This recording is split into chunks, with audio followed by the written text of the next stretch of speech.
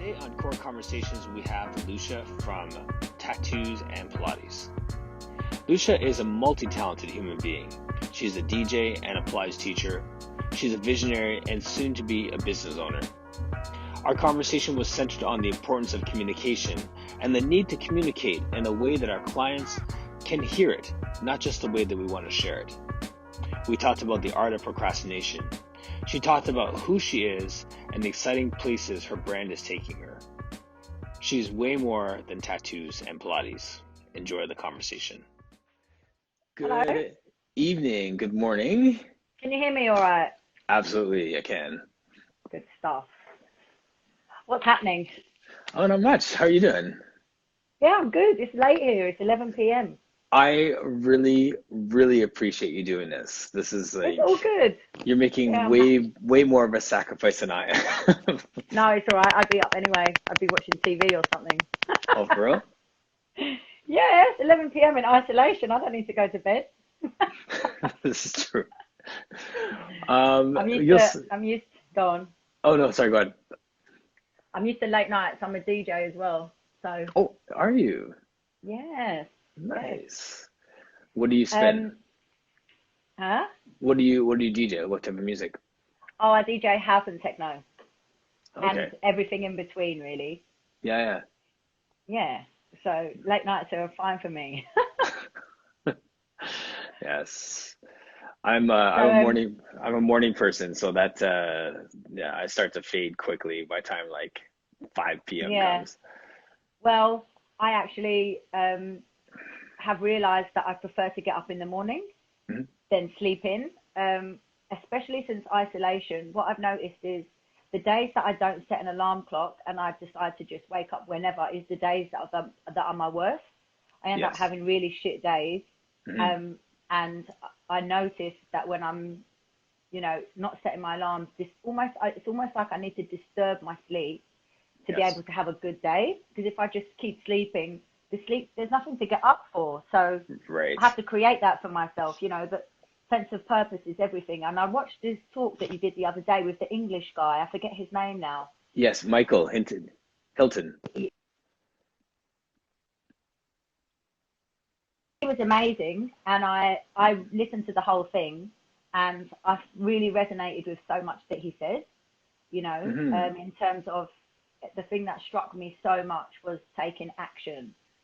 And it kind of made me think about how valuable that is, because if I feel down one day, I need to kind of realize what that was about, try to kind of observe it, and then take action in the next day so that I don't end up the same.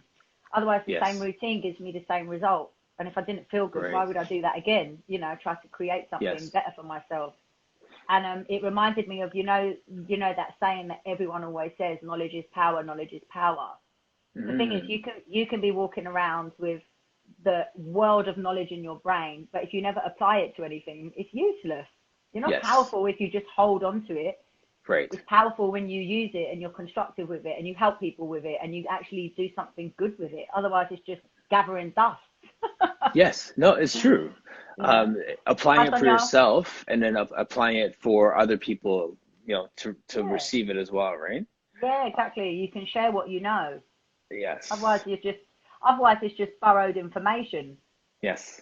You're just borrowing information from a book you read. I think it's really encouraging that Michael's message spoke to you, because I really kept it within that lane of speaking to men, speaking to men that deal with these things. And for you as a woman, for that to resonate with you when we're speaking about, global issues of just like goal setting and making adjustments in our life, that's encouraging, right? The fact is, male or female or non-binary or whatever you decide to be, we all have the same functionality. We all have the brain. We all have emotions. You're not excused from certain emotions as a male, or you're not more predisposed to specific emotions just because you're a female. We all go through that spectrum of emotions. It's just the way that society is, especially in certain cultures. Men are raised to have certain of their emotions squashed, which then can be debilitating later on in life. And it holds people back. So, but otherwise, we have the same. feelings and no. emotions. I need to plug my phone in to charge. Yes. Yeah. Yes. Right. No, and it is, I agree with you 100%. It is the same feelings and emotions. What it comes down to for me and why I place emphasis on it is the way, like you said, the way that masculinity places expectations on us.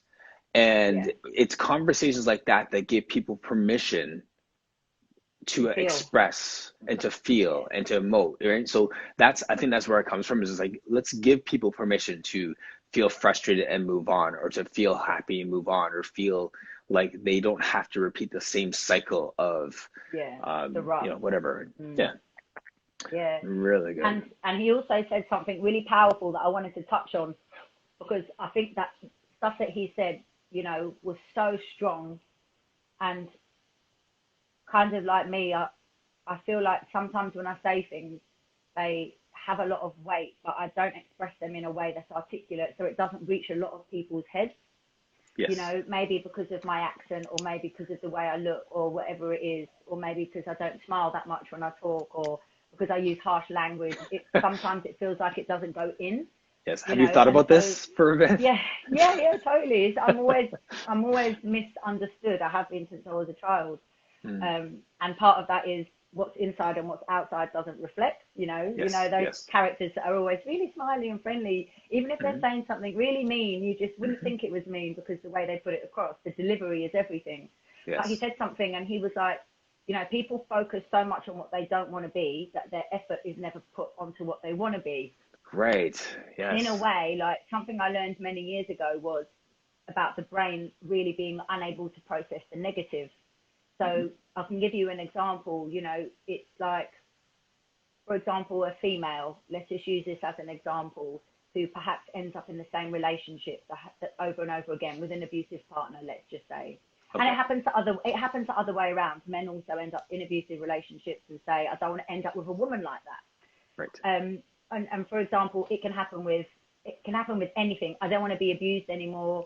I don't want to get with a guy who's abusing me. People focus on everything they don't want. I've got a girlfriend in London. She's very tall.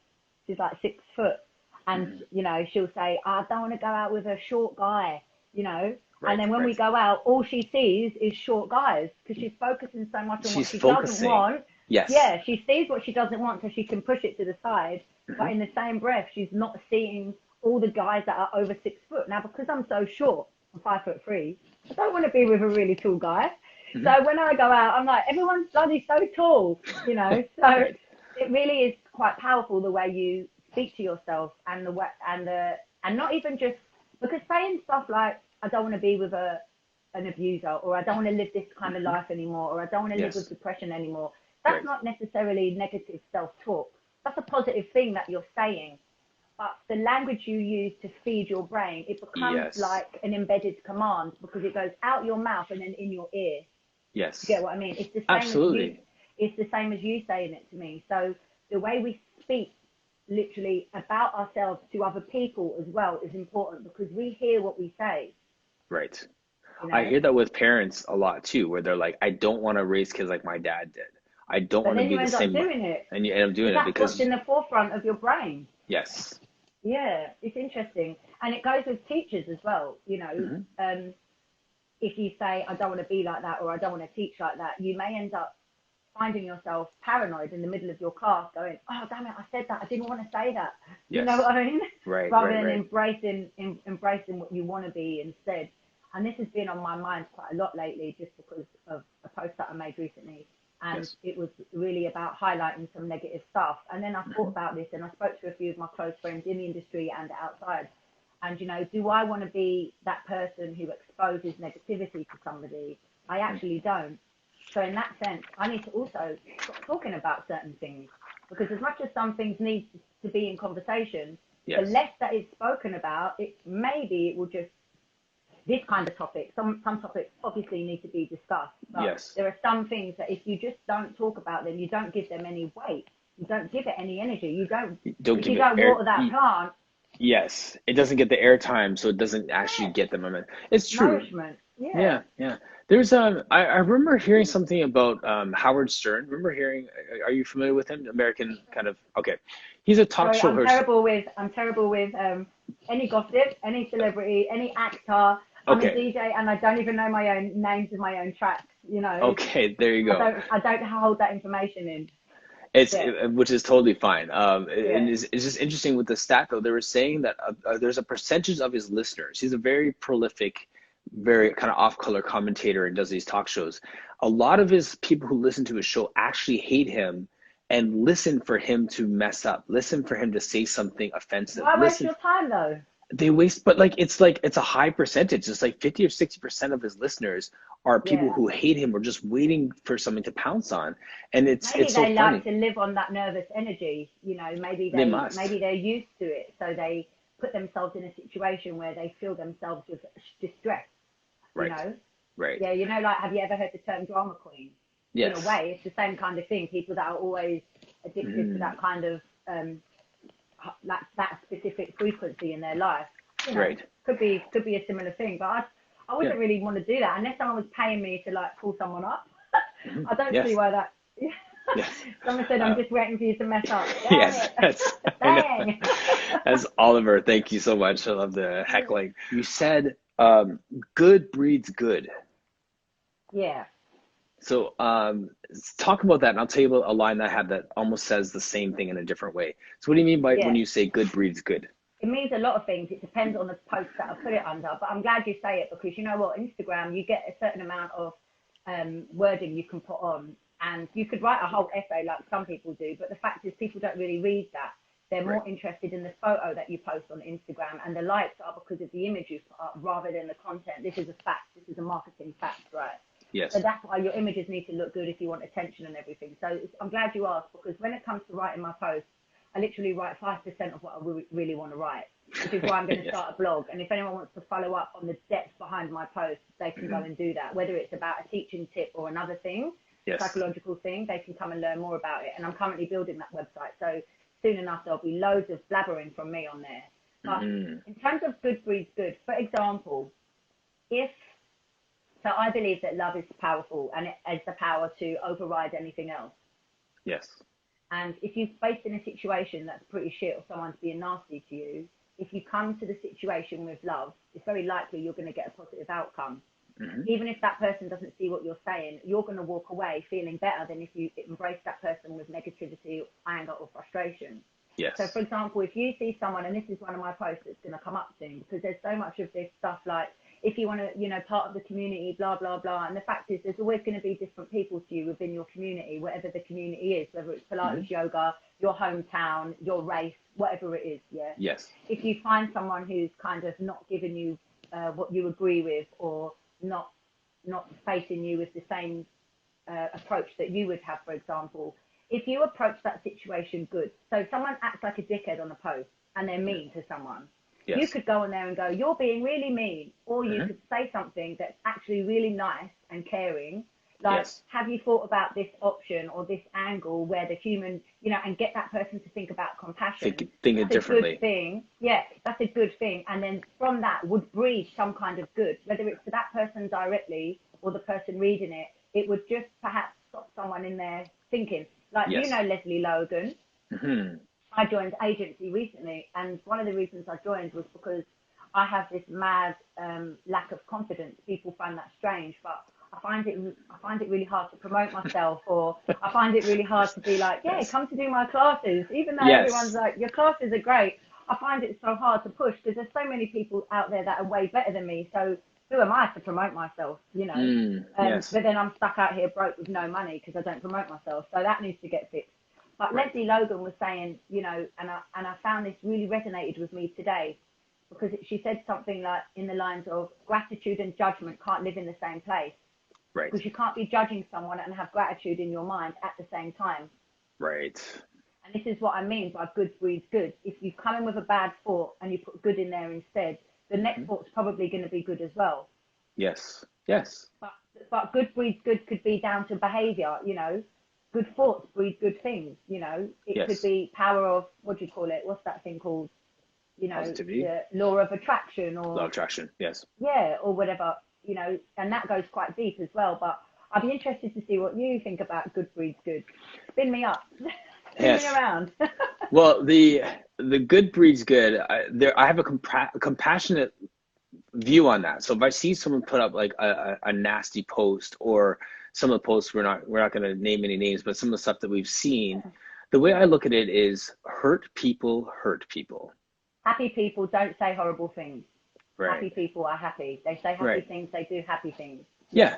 Right. So the converse is true too. So hurt people hurt people. So if there's someone who's been hurt in their past, they project that onto other people. So I understand that. I have a compassion towards people who do say mean things, because I think that's coming from a place of their own hurt. So instead of me lashing out at them and trying to just correct them, I have to understand that my words back to them might not have the impact that I'm hoping it will. Yeah. They might not. And they also may have been very hurt in their life, where people have been nice to them and then stab them in the back. But they find it hard to trust if you're being nice, you know? Right, exactly. So I understand that totally. And I also feel like I have tried to have compassion for people. Like, you know, you've also got people that constantly post on Instagram and, you know, copy up memes and do stuff like that, but they don't reply to their friends. And if someone sees that, they're like, you're not replying to me, but you're constantly online. It's a bit like, it's a bit of a piss take, really. But then again, that person might not be a good communicator, and that's their way of expressing how they feel. You know, they may not be able to deal with you on a one-to-one, because dealing with human interaction might be too much energy for them. But being online is easy, right? So I have the compassion to also understand if someone isn't replying to my text, it's not that they don't care. It's just that they might not be in a right place to deal with my shit.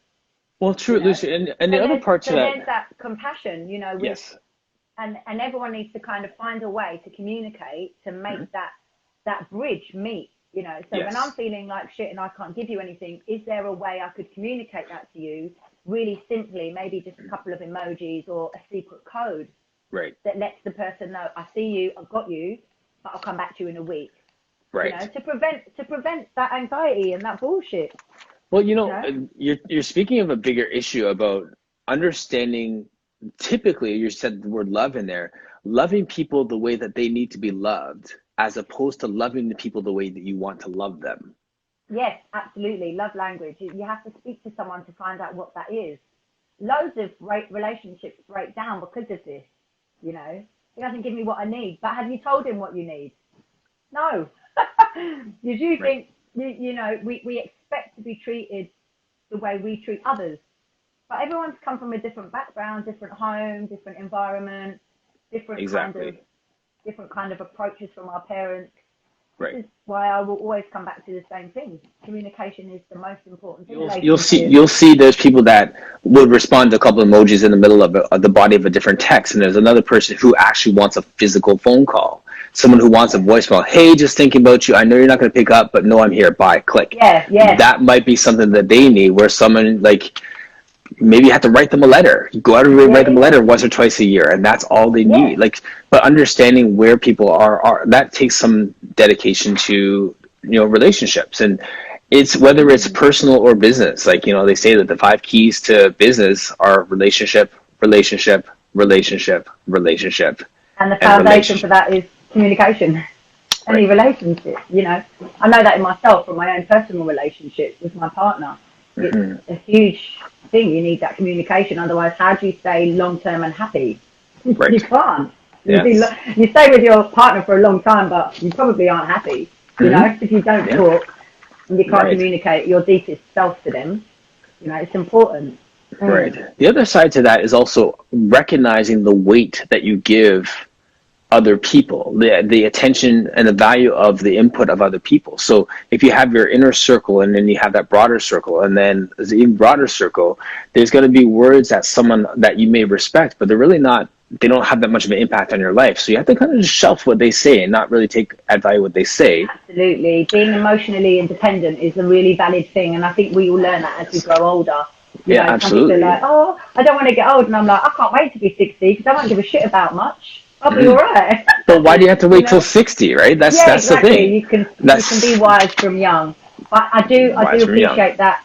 I do appreciate that any human who's been on the planet for a long time will have a lot of, and it's not for everyone, you know, but I do feel that people that have been around for a long time have something called experience in life, and we can all learn from them. And I'm pretty sure when I'm 60, I'm going to feel very different to how I feel now.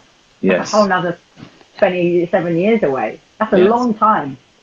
I always have tremendous respect for people that are wise beyond their years, who have that confidence beyond their years. They have that I don't care spirit, and they carry themselves in the way that the public opinion really doesn't matter. And they have life experience that just, sounds like that 60-year-old sort of thing, right? And so those are the people that challenge me to think, well, I don't have to wait till I'm 60 to live like that, or not care what someone thinks, or to actually express my opinion on something. Like, you can do that now. Like, I was so baffled when you were saying that your confidence is something that you need to work on. When you project really, as someone who has that together. I am confident with a lot of things. Like, I wouldn't take someone talk shit to me or anything like that. And I feel confident to deal with any kind of situation like that. But when it comes to self-belief and self-esteem, it's a little bit different. They're much, and I didn't really even realize it till I need to do some things, and then I find myself up against that same wall every time, And then I realized this is kind of something that is in me, so it's really hard for me to deal with it. I need someone who's outside helping me look in, and figure it out, which is where I also mentioned today on that post about the value of having a professional. Because realizing your friends aren't going to be able to help you if you really do have a lot of mental health problems. They might not be able to help. You need a professional. And it's totally okay to go and get that. It doesn't mean you're messed up. It means you're brave and you realize you want better for your life. I remember when I was going to my apprenticeship in Pilates, and part of the challenge with the self-esteem and the confidence came into play for me was differentiating between what I'm trying to learn and what I already know. Oh, that's you. What was your background? Fitness. In fitness, and you have to forget that all, don't you, when you do Pilates? Yes and no. I had some other Pilates classes I'd taken before, but I got so enamored with trying to learn this system and just getting so deep in it. And I need to learn this. I need to memorize this. I need to understand this. Understand why this and how this exercise connects to this. And I got so much in my head that I actually felt like I forgot that I'm actually a really good teacher, but I don't know this system. And that's different than saying I don't know anything. Absolutely it is. Of course it is. Yes. And if you circling back around to what Michael was saying in his post, or in our conversation, was about learning something new. And with men, not just with men, but in his context, he was saying for men, that's a good challenge for us. Learn something new, but then we are so impatient with that. We want to be competent instantly. We want to be able to master right away. So for myself, when I'm trying to learn a new language, Pilates, coming from the fitness world, and I have 50,000 exercises in my head for fitness, and I'm trying to memorize 39 for Pilates, I feel that sense of 200 and whatever. Yeah. Exactly. When you're just taking one at a time, you feel impatient with that process. You feel uncomfortable with that process. You feel incompetent with it. So to push through all those different things to learn something and not forgetting what you already know while layering in something new. That's an interesting. Yeah. It is having consistency and patience. Patience is such a valuable thing in life, and so many people aren't patient. And nowadays, that's even more exaggerated because you've got Uber Eats, you've got Deliveroo, food comes like this. Emails get sent like that. Mail gets sent in just a few days. Everything is literally at the click of a finger. What it's done is created a society of people that are so impatient that they're becoming fucked up in their own head because they don't think, right, hold on, things do take time. Don't get caught up with your phone apps. Life ain't like that. You know what I mean? Progression isn't like that. Yes. So, unfortunately, I do think that society and the modern technology stuff has kind of pushed that approach of being impatient. But for example, on that note, I remember you guys were talking about this, about the learning something new. The way the brain works, it has different compartments in it. And basically, it talks about the way that your brain works and trying to understand your brain and the way it works. We all have a brain. They all work quite similar, but it's different types of functionality that you have. And if you're always stuck in the one part of your brain, constant overthinking or no new stimulation, then you end up with anxiety, depression, feeling stressed, frustrated, because you're overworking one part of your brain when actually there's a whole load more of your brain that could be making your life so much easier. But you're only in that one section of it. And you're fatiguing that one area. Absolutely. And so when it gets fatigued, you end up with the headaches, you end up with the irritation, you end up with, irritable, moody, and unproductive, ultimately. So one of the ways you can be productive is to do that thing that is actually what do you call it? I've written it down, I think. Aimless activity. An aimless activity. Not something where you're striving to achieve or you're trying to tick a box. The box that you tick is just simply, I'm going to do something that keeps my brain ticking along, like an active recovery if you were training. It's like that active recovery day. You take an hour in your day, or if you're doing a big project, you time your schedule so that you have 15-minute breaks or half an hour breaks where you go and do something different. So that part of your brain has a break, and the rest of your brain is getting that, is getting that kind of, all right, there's another part of my brain that can work. So when you go back to your project, this part of your brain is like ready to go. It's had a nap. You know what I'm saying? That kind of thing. And it's so important for people to realize the way the brain works. Like, you're a body. It's like you're a mechanism. And if you don't understand your own mechanism, how can you be the best you can be? You know? And it's not down to anyone else. It's down to you as a human to take some responsibility. And for the humans that know it, it's our responsibility to share it with those that don't. Because if I wasn't told this shit, I wouldn't know it. You get what I mean? Pilates on its own, it might keep your spine young, but if your brain's aging fast, your spine ain't going to be young. It's not just about your body. Your whole body your body encases your being. You know, everything. You need to work with all of what you've got together. You know, and you know, Pilates is a good example because it's helped me in so many ways, not just physically. It's helped me very much mentally and emotionally because it constantly reminds you that there's always stuff to learn. There's always ever-changing stuff happening. Practice on its own is ever-changing. One day, what it feels like is not going to be what it feels like. It's like a different body shows up to the mat every time, right? Yeah, absolutely, it does. And the thing is, like, even today, I was teaching maths, and I was doing a very simple articulated bridge. You know, hip roll or bridge or whatever you call it. And as I was coming down, I decided to just pull from a different direction, and it changed the whole thing. I was like, wow, this is going to change my lumbar spine. Just doing this is going to work wonders for me. And I've been teaching this same move for 14 years. You know, but today I actually went to the osteo because I've had a very bad back for like 2 months, and she cracked out my rib. I had a rib that was out of place. So many people have tried to help me with this in the last 2 months. But today I did that Pilates class after her having manipulated my ribs and my spine. And I could move in a different way. So I could feel in a different way. Amazing. Which then maybe stimulated that different thought. Exactly. Lucia, can you talk about like how did you get into Pilates? Like when did you start? I was young. So I started work when I was 14, came from a very religious Catholic household, and I hated going to church.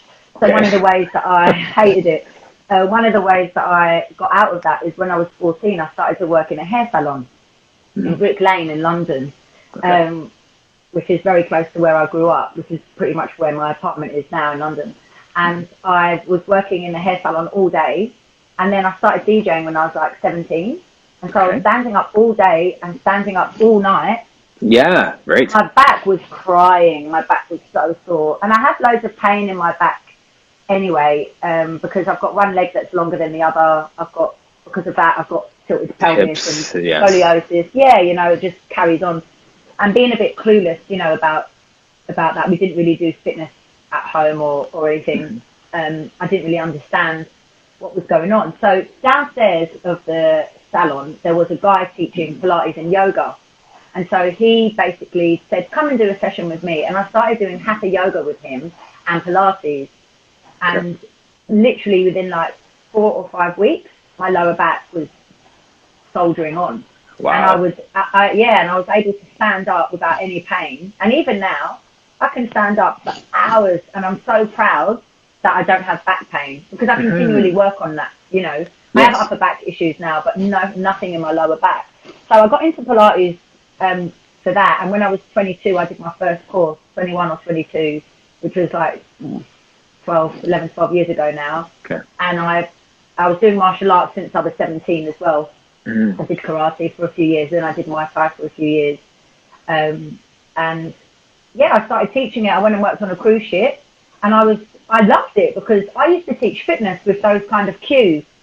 And I was always really specific about angles and how to the precision and precision, And it's just my character to be like that anyway. So when I found Pilates, I was like, it wasn't classical. I didn't know what classical was. I didn't know any of that. Right. This was just literally like a 3-week course. I could teach on the mat. I didn't know there was anything else to Pilates. I thought it was, amazing. And I worked on the cruise ship teaching that. And it made so much sense to me. And I felt like, because I always wanted to introduce this training system called Farina Form Fitness. Okay. Right? And basically, I wanted to write a whole manual on how you can move your body in different shapes and what direction of energy you would put into your body for that shape. Yes. Stemming from martial arts, I'd go out to a club with my friend and she'd go, wow, you're so strong the way you opened that door. It was a double door. And I was like, try it. Look, put your hand on the door, the other door, while you pull one door. So while you pull one door, push the other door. Yes. So you've got 2 forces of energy. It makes this pull so much stronger because you've got the push in opposition. Yes. She was like, oh my God, that's how you make yourself look strong. Yes. And I was like, yes, I'm tiny, but no one would say I'm weak. I move strong because of the way that I kind of manipulate the movement, if you know what I mean. I like, So when I found Pilates, I was like, shit, someone already did what I wanted to do. So it was someone so beat funny, me to this. And I was like, oh my God, this is amazing. And I finally felt like I found my people. Yes. Finally felt like, wow, there's loads of people that like think about this, and this is like a real thing, and I can do work with it, and it's going to be appreciated. So, and you don't have to invent it from scratch. Yeah, you know what I'm saying? I can just do what this person did and add my own little flares to it. It's great. This physio came to my class before and was like, not everyone has body awareness. And I was like, do you know what? I get what you're saying. Because when you teach someone and you kind of go, you do everything you can and they don't really get what you're saying. Yes. I think that they would get it. You just haven't found that communication. Absolutely. That's the awareness. I think everyone is aware of their body. Once they connect into it and once they find that pathway of communication. Yes. Which might be to do with the fact that they can't feed into their body, or it might be to do with the efficiency of their brain communication to their body. Like what we said before, depending on that elasticity of their brain, how effective their brain and the neuro pathways actually are, which is the elasticity, by the way. It's that neuro pathway fluid connection. That's what that is. So it might just be that they need some kind of brain training outside of the Pilates, and you can trigger them in other ways to find that connection. It might not just be about, let me talk to you about your bicep. It might be, let me give you another exercise. I always call on the stability exercises, the ones that make you unbalanced, because suddenly your brain fires up. Yes. Put someone on one leg, put them on a wobbly surface. They're suddenly like, whoa, what time is it? I've got to wake up. Yes. And then you teach them that same exercise again. You may find that they're much more connected with the whole system of their body and their mind.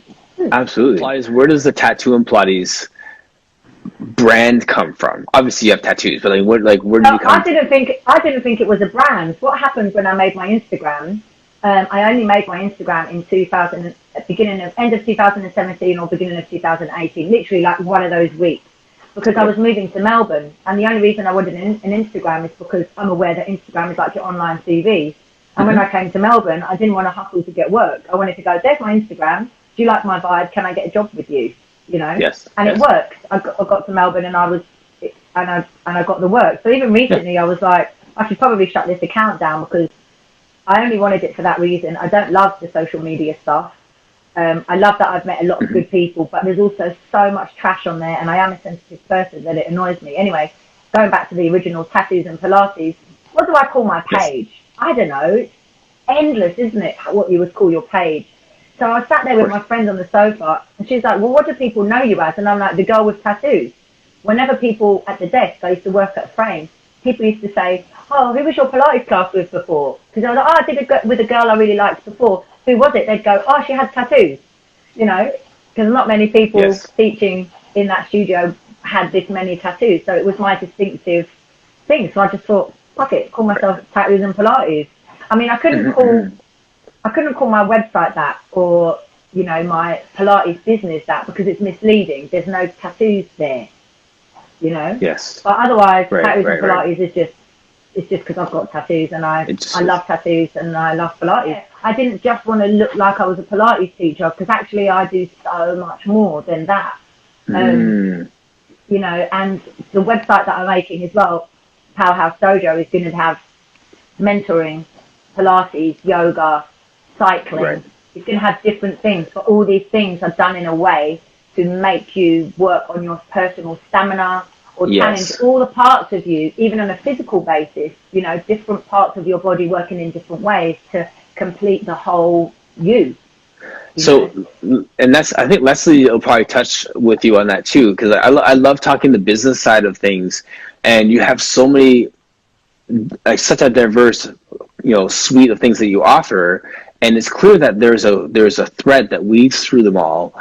But how do you narrow that down to, like, laser focus on one thing to draw people in to get them to see everything else? Yeah. Who's your ideal customer?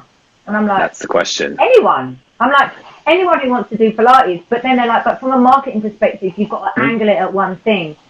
And it's like, right, if I really had to choose the ideal client, or the person that would appreciate my style, it's the person that wants to improve themselves, not because they think they're shit, but just because they want to be better. Someone who basically wants to do more than just the physical stuff.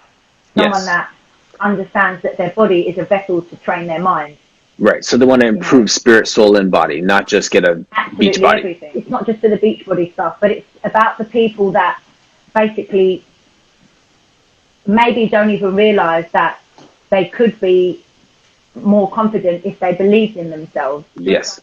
My ideal client is the person who is okay to be in a space where they're challenged for good.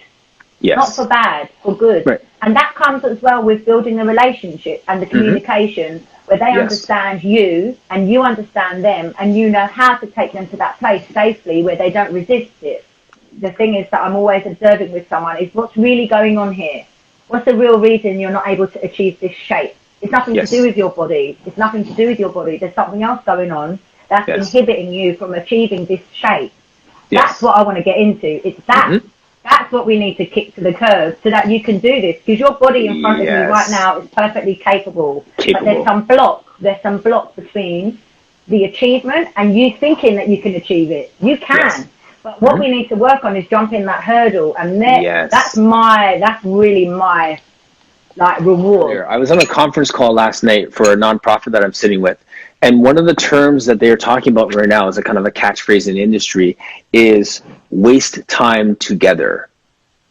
Yes, constructive time wasting. Constructive time wasting, or wasting time in parallel leisure. Waste your time in parallel leisure. So there's these concepts of just doing stuff together, but it's not like heavy interaction. What do I get out of this social exchange? It's just doing stuff and just wasting time together.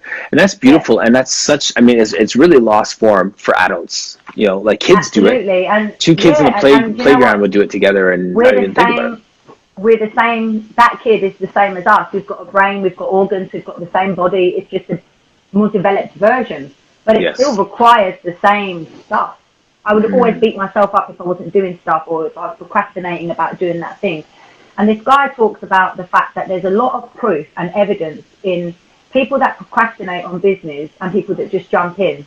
The people that just jump in end up failing, and the people that procrastinate for 5 years end up doing really well. And so when I'm sitting there and I'm thinking and I'm not doing the things I needed to do and I'm not ticking off my to-do list, the way we should really see that is, I'm not wasting time. Because I'm not doing anything physically, it doesn't mean there's nothing going on. I'm recovering, I'm thinking, I'm going through all the options, I'm going through all of the troubleshooting. You're rehearsing. Exactly. I'm going over a situation in my head, so if it goes wrong, I know how to deal with it. I'm preparing myself for everything that can happen. So when I go ahead, I'm fully 100% ahead, and there's nothing to stop me. So in that breath as yeah, it's that talking to yourself and saying, actually, I'm not wasting time. I'm being constructive. I'm thinking about my future or stuff, and it's going to propel you forward at some point. We're talking about the aimless function, which is very productive, actually. It's super productive. Yeah. Instead of being hard on yourself and being like, oh, I'm such a lazy and wasting time, actually realize that, see the benefit and see the good in what taking that time actually does for you. The art of procrastination. Yeah, it's an art. I one of the words that I really like is intentionality. And the reason why I like the word intentionality is because it kind of helps to frame those unproductive moments in my head, or those times when I feel like I'm wasting time, or those times that I'm doing something that looks frivolous, when I understand there's still some intentionality to wasting time. There's intentionality to having a conversation about this, or just building a relationship with someone. Like, I'm not getting fixated on it. I'm not being really like tightly wound and doing something on purpose, but just in the back of my head, like you said, you're rehearsing it, or you're thinking about it, or you're going through different processes within it. Like, you're preparing yourself. You're preparing. Yeah. So there's an intentionality to pretty much everything that I do. Even the most mundane thing, I'm still on some sort of mission with it. And even if that mundane thing is just to be able to give your brain a break, so that when you go back to your project, you're in full force. That's productive. That's productive. Yeah. Otherwise, you could go, working 10 hours on a project, and you don't do any of that mundane stuff. You might only do 2 hours of quality work in that 10 hours. Yes. You might as well have done an hour of mundane stuff and done a good 9 hours of that 10 hours. Yes, exactly. Yeah, and I think people need to appreciate that, even in this time of quarantine as well, right? Where it'd be so easy to just get fixated with what you're not doing and not embrace what you can do in this time as well. And what you are doing. Yes. I started to make some videos. I didn't really continue, but they're still in my phone. I need to post them. Started to make some videos and some teaching tips for people. And when people respond well to that, it gives me that sense of, okay, cool. At least I did something today that has helped someone. Yes. Right. So that satisfaction is more important than that happiness. I think satisfaction is what gives you the contentment. Of course. That's more achievable. Those are three different things, right? Like, when you talk about the difference between happiness, satisfaction, and contentment, happiness is the lowest on the rung, because that is situational. That is dependent on our circumstances. So what is the name of your new business then, and your website? Powerhouse. It's called the Powerhouse Dojo, PhD. Powerhouse Dojo. Nice. Yeah, it's a space to come to move and improve every angle of yourself. Great. Yeah. And it includes, it's going to be a digital studio, which has yoga classes, indoor, it's called a Cadence Club, indoor cycling. It's going to have yoga, Pilates, and the mentorship, and also workshops, all kinds of workshops.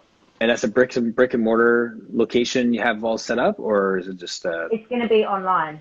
Online, okay. And wherever I am in any city, there'll be, I can physically host sessions in that city wherever I am. But otherwise, it's all going to be online, And I'm going to have teachers from all over the world teaching on it. Yes. And just like a membership model where people pay like monthly sort of thing, or a la carte? Class. You can do a single class. You can do a package. I'm not quite sure about memberships. I think if the request comes in, I would put that in. Otherwise, it's just going to be packages. Yeah. Okay. They just deduct as you choose. And then it will, of course, have privates as well. Yes. And so when's the website going to be done, possibly? Well, I'm no pressure. I wanted it to be done already, but I reckon in about 2 weeks it'll probably be good to go. Yeah. How'd you like the agency mini? Amazing. I mean, I joined for a specific reason. I wanted to figure out what my blocks were. Yes. And having that call to action is really important, and being held accountable. Like, the fact that I've put my goals on, I've been very driven this week to get my goals done, because I'm also quite competitive with myself, not really with anyone else, just with myself. And so I want to make sure I don't let them down, right? And and this is a really interesting thing. A lot of humans are like that. We'll do something to not let someone else down, but we'll very readily we're ready to put ourselves down. Yes. So I knew, and I know my character's like that, and I don't want to beat myself up for it. I just want to work with what I've got, and I want to put myself in that place. I think it's amazing, and I can't wait to tell loads of people about it when I will, but I need to know that I've got to a certain place with it myself before I do it, right? Very good. So far I've not proved anything from being in it. I haven't put the website out. I haven't started to make the money from the business, you know. Yes. So once I have, it's definitely something I'll talk about, because I do believe that it's other people that help us break through. Mm-hmm.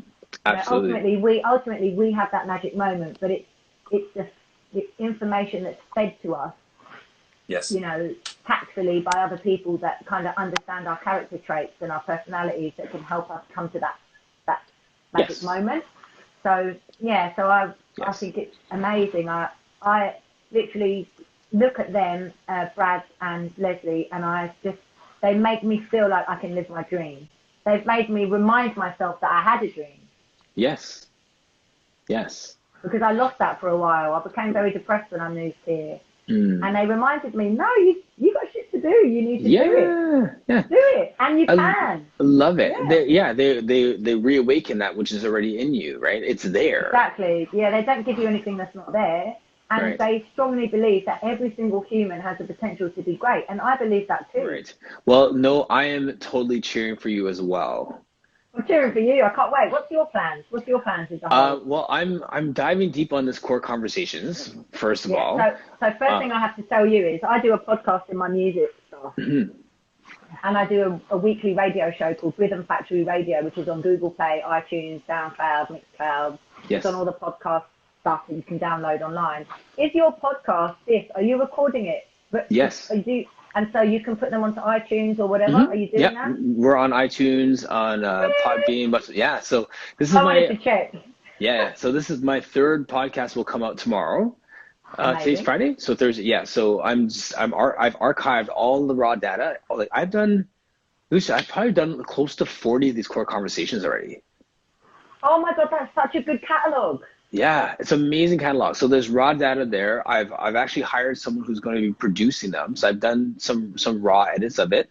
I've launched 3 of them. I love how authentic it is, but I'm going to polish them up a little bit more as we go. Yeah, same. When I do mine, there's always something that you can, do to make them flow or have them more professional or. Right. Yeah. Totally. So I just recently hired a guy to do that. So I'll just shoot off like things. So he'll see the last 3 that I put out to see conceptually what I want, and then he'll polish those up. And then I just want to grow that. That's the it's not hard to get another personal training client to grow a class. That's the easy part. People like your personality, but how do you make your business scalable?